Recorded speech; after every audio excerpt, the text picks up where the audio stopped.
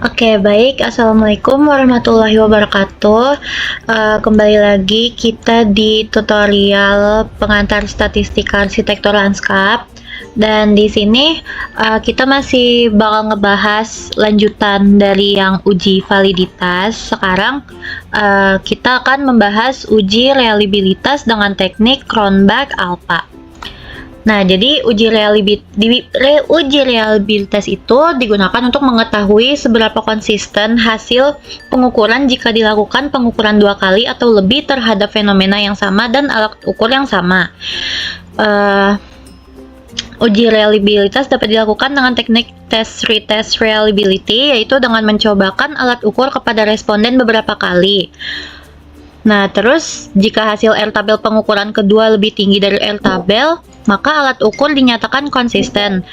Untuk uji reliabilitas yang dibahas adalah dengan teknik Cronbach-Alpha. Instrumen penelitian dikatakan reliable jika nilai koefisien reliabilitasnya lebih besar dari 0,6.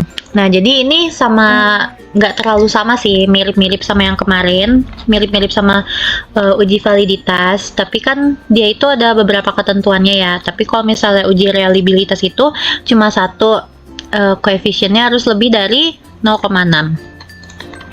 Nah, rumus-rumusnya ini ada beberapa. Ini tuh untuk mencari rumus varian setiap butir pertanyaan. Jadi I-nya itu nanti kita ganti jadi misal pertanyaan A, B, atau C, atau D. Terus ini rumus varian totalnya, T itu total. Terus ini rumus reliabilitas konsumennya. R11 itu koefisien reliabilitas instrumen. Nah, terus kita masuk ke contoh.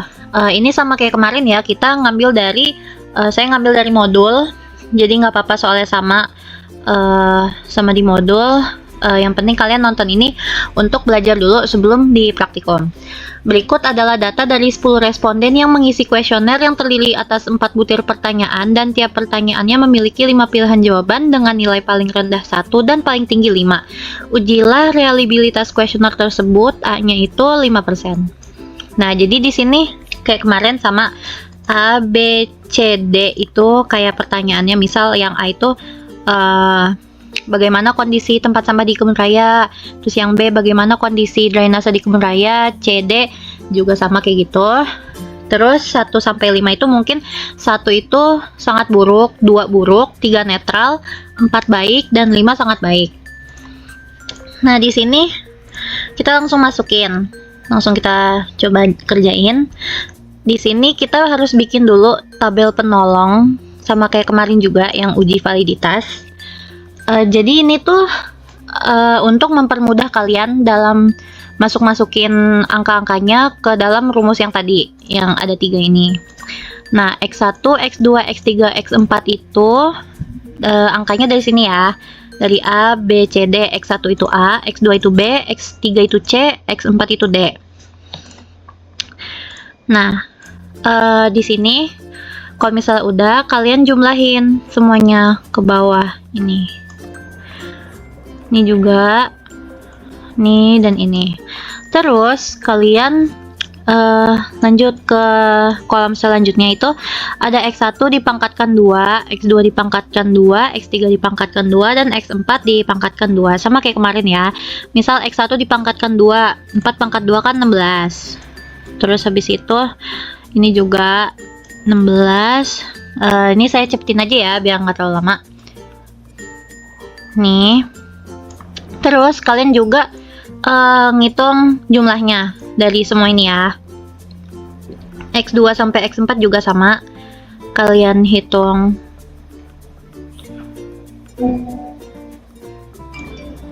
Nih. Kalian hitung, terus kalian jumlahin semuanya. Terus di sini ada jumlah dari X. Jumlah dari X itu ini ya. Nih. Aduh, sorry. Misal 4 tambah 3 tambah 4 tambah 3. Ini kan jumlahnya 7 ditambah 7 jadi 14 kan. Nah, ini kalian juga jumlahin ke semuanya. Nih, misal 4 tambah 5 tambah 4 tambah 4.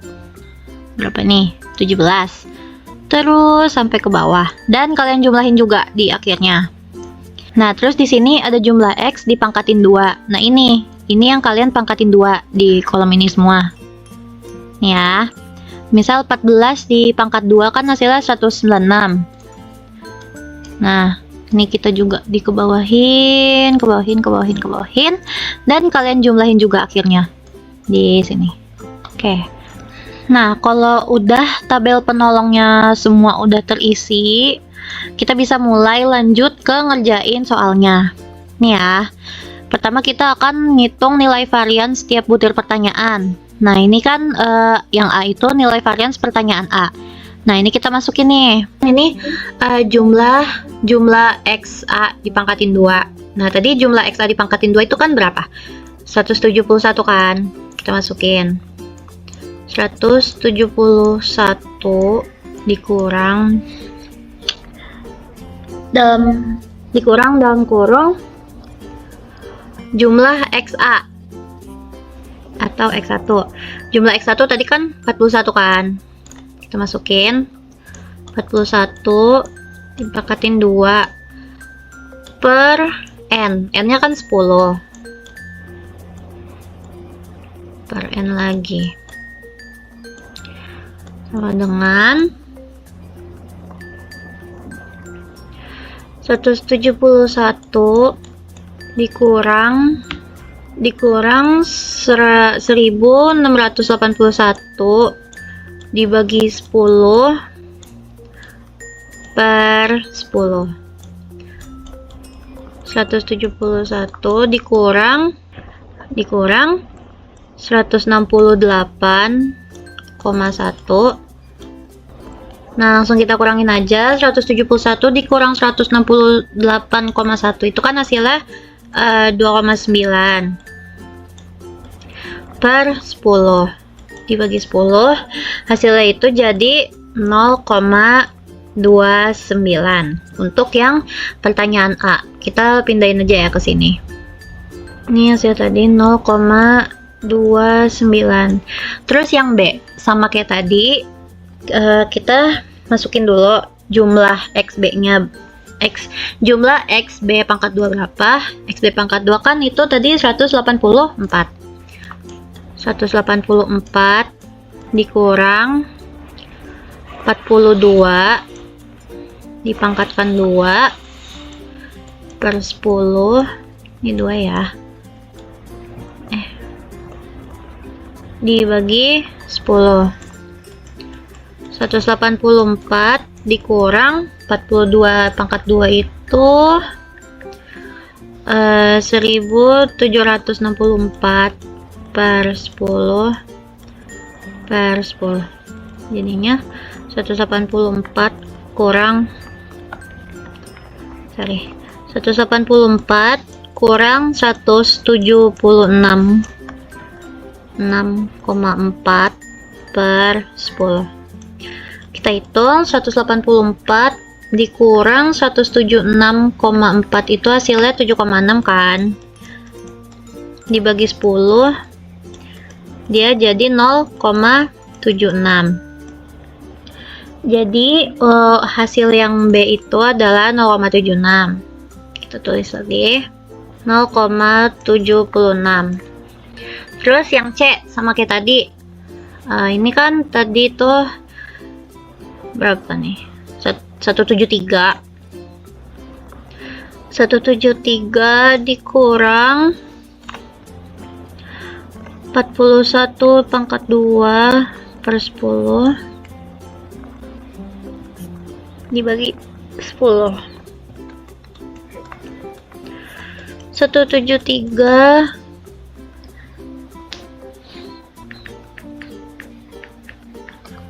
dikurang, ya ini langsung aja ya, tadi kan kita udah 168,1 per 10. 173 dikurang 168,1 hasilnya 4,9 per 10 jadi 0,49. Langsung aja kita tulis. Terus yang terakhir yang pertanyaan D, jumlah X pangkat 2 itu 150 dikurang 38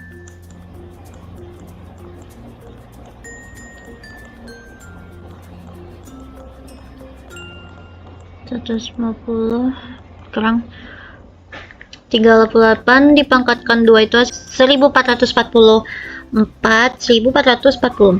Jadi kita tulis begini per 10. 150 dikurang 144,4 hasilnya 5,6. 5,6 dibagi 10 hasilnya 0,56. Nah, udah nih, kita tulis di sampingnya. Nah, ini kan kita udah dapat semua nih. 0,29, 0,76, 0,49, 0,56. Kita akan ngejumlahin mereka. 0,29 tambah 0,76 tambah 0,49 tambah 0,56. Hasilnya itu 2,1. Selanjutnya kita ngitung nilai varians total. Nah, ini sama kayak yang tadi ya. Nggak sama persis sih, tapi nah ini rumusnya ya. Jumlah X pangkat 2, kita lihat di tabel. Nih jumlah X pangkat 2 2684. Tulis sini 2684 dikurang jumlah X dipangkatin 2. Jumlah X itu tadi 162 kan. Allahu Akbar. 162 pangkat 2 kayak 3. 2 per 10 per 10. Kita langsung hitung 162 pangkat 2 itu hasilnya 2684 dikurang 162 pangkat 2 itu kan hasilnya 26.000. Hasilnya itu kan 26.244. Kita mau bagi 10, jadi kita taruh koma di sini. 2624,4 per 10. Nah, 2684 dikurang 2624. Hasilnya 59,6 dibagi 10 jadi 5,96. Jadi nilai varians total itu ini ya 5,96. Kita pindahin dulu sama dengan 5,96. Terus langkah terakhir kita menguji rumus reliabilitas instrumennya. Nah, oke. Nah, kita akan masukin K itu apa? Tadi K itu adalah jumlah butir pertanyaan. Jadi kita tulis pertanyaannya kan ada 4. 4 per 4 dikurang 1 dikali 1 dikurang ini tadi jumlah varians ininya nih yang 2,1 ini 2,1 per nilai varians total nih 5,96. Langsung aja 4 per 3 dikurang dikali 1 dikurang 2,1 dibagi 5,96 0,35. Ini kita pindahin agak ke atas aja ya. Sama dengan 4 per 3 itu kan 1,33 ya. Kita kali 1 dikurang 0,35 itu 0,65. Nah 1,33 dikali 0,65 kan hasilnya 0,864.